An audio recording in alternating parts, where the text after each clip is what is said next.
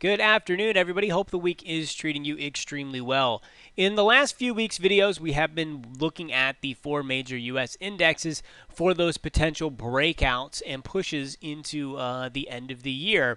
This week, we did see a new all-time high out of two indexes, the Russell 2000 and the S&P 500, but only one has subsequently stayed broken out, and that would be the Russell. What I want to do in today's video is I want to take a look technically at each of the four major U.S. indexes and talk about what we are currently seeing and where we have the possibility of heading.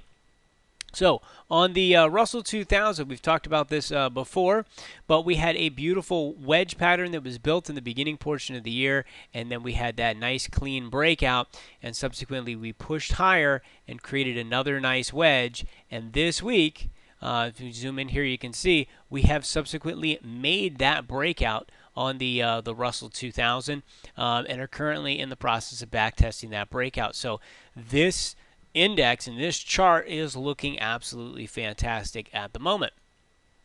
Now, when we take a look at the NASDAQ has not made that breakout here from its wedge pattern. It also looks extremely strong here. You can also see that wedge pattern has subsequently built in RSI as well. So we're, again, still watching for that next level push here to the upside out of the NASDAQ. Now, the Dow Jones here has looked extremely weak in comparison all year long. In fact, it is still barely green for the year, up by like 2.5%. The rest of the indexes are way outpacing it. And we can clearly see that when we take a look at this chart, we are a ways off of those highs, whereas the S&P 500, the Russell, and the NASDAQ have all made new highs somewhere in the last month or two. The Dow is still lagging, and this is important because it is very hard for the entire market to continue to head higher into the end of the year without the participation out of the Dow Jones. So we really want to pay attention here to what is going on. And the level that we're still watching is this 258, 259 level. On the Dow. It looked earlier in the week like we were going to get above that, and if I zoom in here, you can see that we did break over that level, but we were unable to close above that level and subsequently have started to come back down.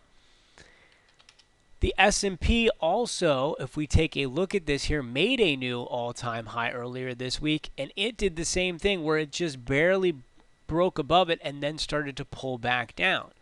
Now, one of the things I'm seeing out there is people are talking about the S&P 500 as a potential double top.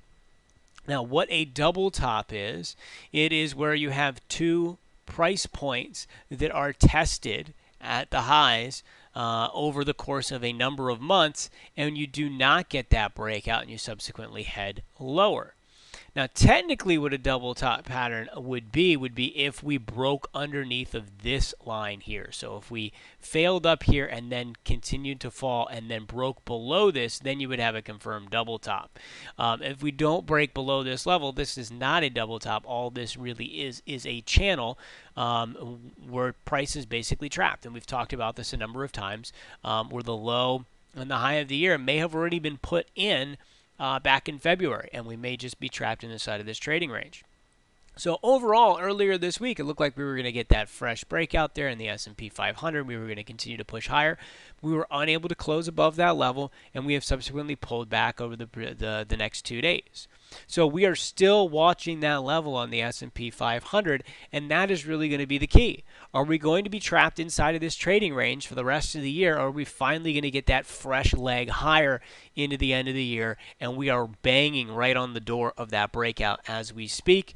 But we do not have a resolution one way or the other. We do not have a clear breakout, and we also have not pulled back far enough to say that, you know, this is acting as resistance, and we're subsequently going to continue to pull back towards the bottom end of this range. So this is where we just, as technicians, just sit back, watch, wait, and see, you know, whether we're going to get that breakout or not.